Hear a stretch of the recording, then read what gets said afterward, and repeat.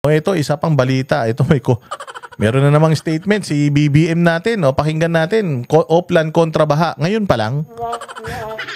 Ngayon lang. Yung Oplan kontra baha. Puta, 3.5 years ka na.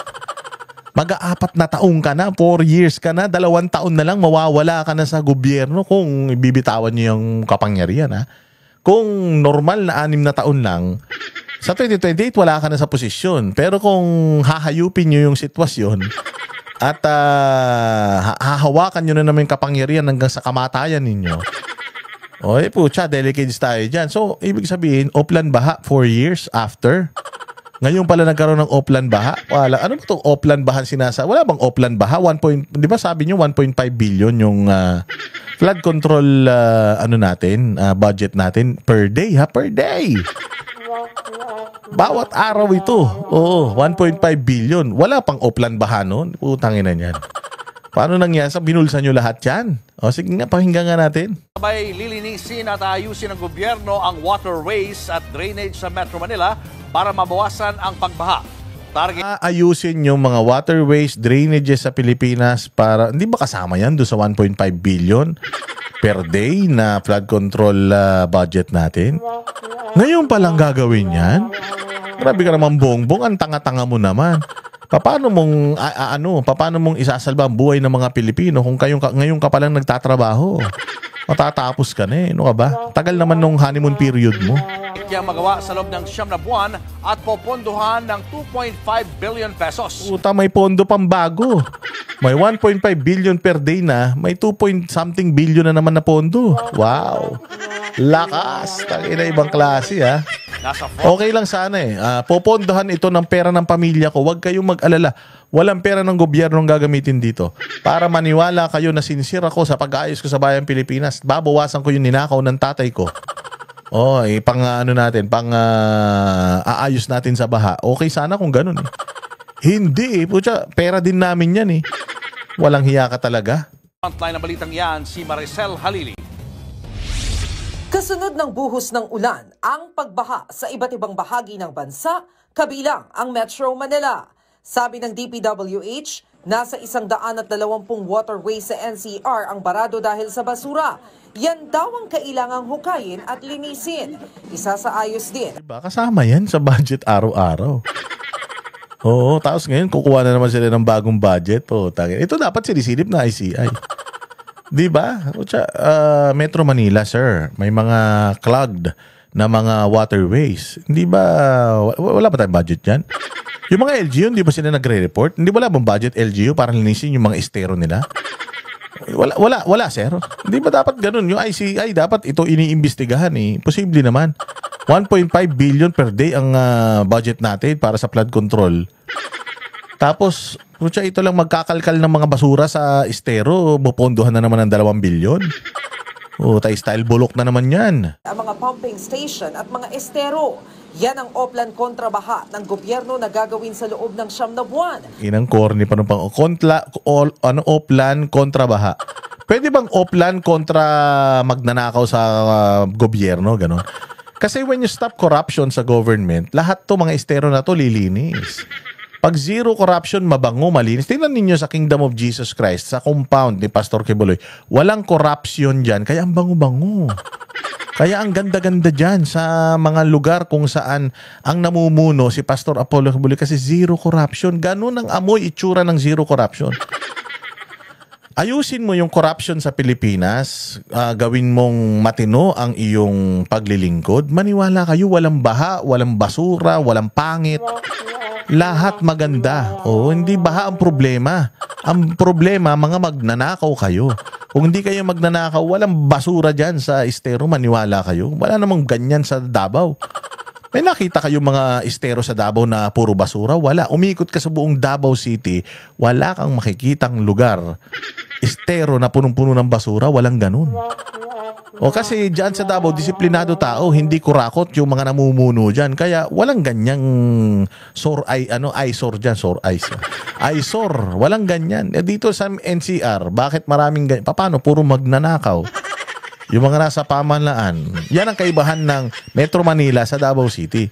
Sa Metro Manila, mabaho, madumi, maraming krimen kasi walang kinakatakutan yung mga tao tsaka mga kurakot yung mga namumuno. O sa Davao City, may ganyan? Wala. O, ipapuputol ko yung yung hinlalaki ni Jay Guevara. Kapag may nakita kayong ganyan sa Davao, walang ganyan kasi nga walang corruption doon. Maayos yung namumuno. So it all starts with good governance. Kung hindi kayo makakawatan, malinis yan. Kaya lang, si Bongbong ang presidente, lahat ng mga nasa paligid, hindi naman siya siguro, pero lahat ng nasa paligid niya siguro, mga magnanakaw. Kaya ganyan nangyayari sa Pilipinas. Popondohan niya ng 2.5 billion pesos ng DPWH. Ngunit, even after that 9 months, ay patuloy lang, regular na ang paglinis, pagsira. Regular daw yung paglinis at pagsira. Ano na naman sisirain, Bongbong? Ikaw talaga. Wala ka nang sinabing matino talaga. Ulitin natin. Regular na ang paglinis, pagsira. Inanto, huli ka na naman. Nahuli ka na naman sa bibig mo. Ano sisirain mo na naman?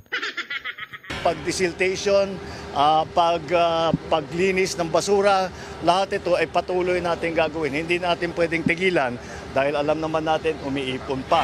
Kanina, personal na Ayan, tinan nyo, ang saya-saya nila dito. Nagtatawanan sila. Ang kala mo, walang problema yung Pilipinas eh. Kala mo hindi tayo namatayan ng halos 300 sa bagyo? At nasira yung libu-libong kabahayan nitong sumunod naman na bagyo? Walang nagtatawanan ng mga gago. Peksyon ni Pangulong Bongbong Marcos ang Tingnan mo, nagbibiro sasaya ng mga tanga Tangina yan ba ang mga stress? May stress ba na ganyan? Pucha yan. Alam mo, kung ako presidente, hindi ako mapapangiti Sa totoo lang, sa mga nangyayari sa bayan natin. Dapat ang mga mukha ninyo, mga seryoso. Hindi, nagtatawanan ng mga gago. Tangina, alam nyo na pinaglalaruan lang kayo nitong mga ulul na ito Rick sa Paranaque. Bukod sa DPWH, kasama rin niya ang ilang leader ng private sector, kabilang ang chairman ng TV5 na si Manny V. Pangilinan na tutulong din sa programang ito. Sila lang nandito po si MVP dahil sila ang tumutulong at mabilis gumalaw. Kaya't nandito si Manny Pangilinan, nandito si Ramon Ang, silang dalawa ay nag-volunteer na sila na ang gagawa sa marami dito sa kailangan na gawin na trabaho. But of course, they have to do this in coordination with our local government executives. Para maisagawa ang proyekto, higit 500 equipment ang ipapakalat nila sa Metro Manila. Kwento pa ng Pangulo, 2018 pa nakatenga ang ilang heavy equipment sa tambakan, kaya dapat nang gamitin. Kailangan daw itago for the big one. Pero ito na yata yung big one when it comes to flooding. Oo, ito na talaga yung big one sa dami ng ninakaw nyo. Hindi ikaw. Yung mga magnanakaw, kilala mo man yan. Sa dami ng ninakaw, di ba? The big one talaga yan. 2025 budget, putang ina yan. Oo, ito talagang gobyerno to yung the big one. Ano yung the big one? Maraming mga nagawa, hindi. Pucha, the big talaga. Big yung ninakaw sa pera natin.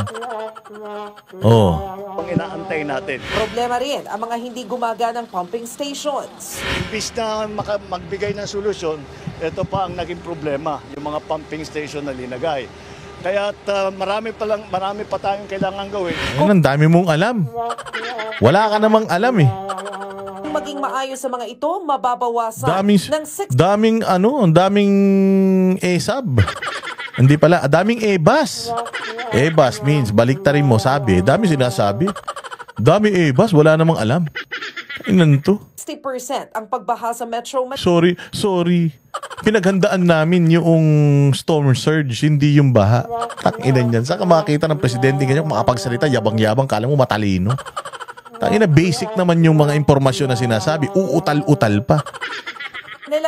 Pero hindi lang daw ito sa NCR gagawin, kundi pati na rin sa mga bahaing probinsya gaya ng Cebu, Bacolod, Rojas, Bulacan, Pampanga, Davao, Pangasinan at Cagayan de Oro. Gago, dapat noon nyo pa ginawa yan. Kahit walang baha, dapat ginagawa nyo yan. Yan yung sinasabi natin na proactive. Dapat reactive. Ay, hindi pala. Yan yung sinasabi na reactive. Dapat proactive tayo, sir. Proactive yung hindi pa man natin nararanasan, dapat sinusolusyonan na natin because prevention is better than cure. We should be proactive, not reactive. Kayo reactive na nga, late pa. Nagbabalita mula Walang hiya kayo talaga, oh. Ay, nako. Yan ang estado ng ating bayang Pilipinas sa ilalim ng pamumuno ng mga buwisit sa gobyerno. Diba? O, sige na.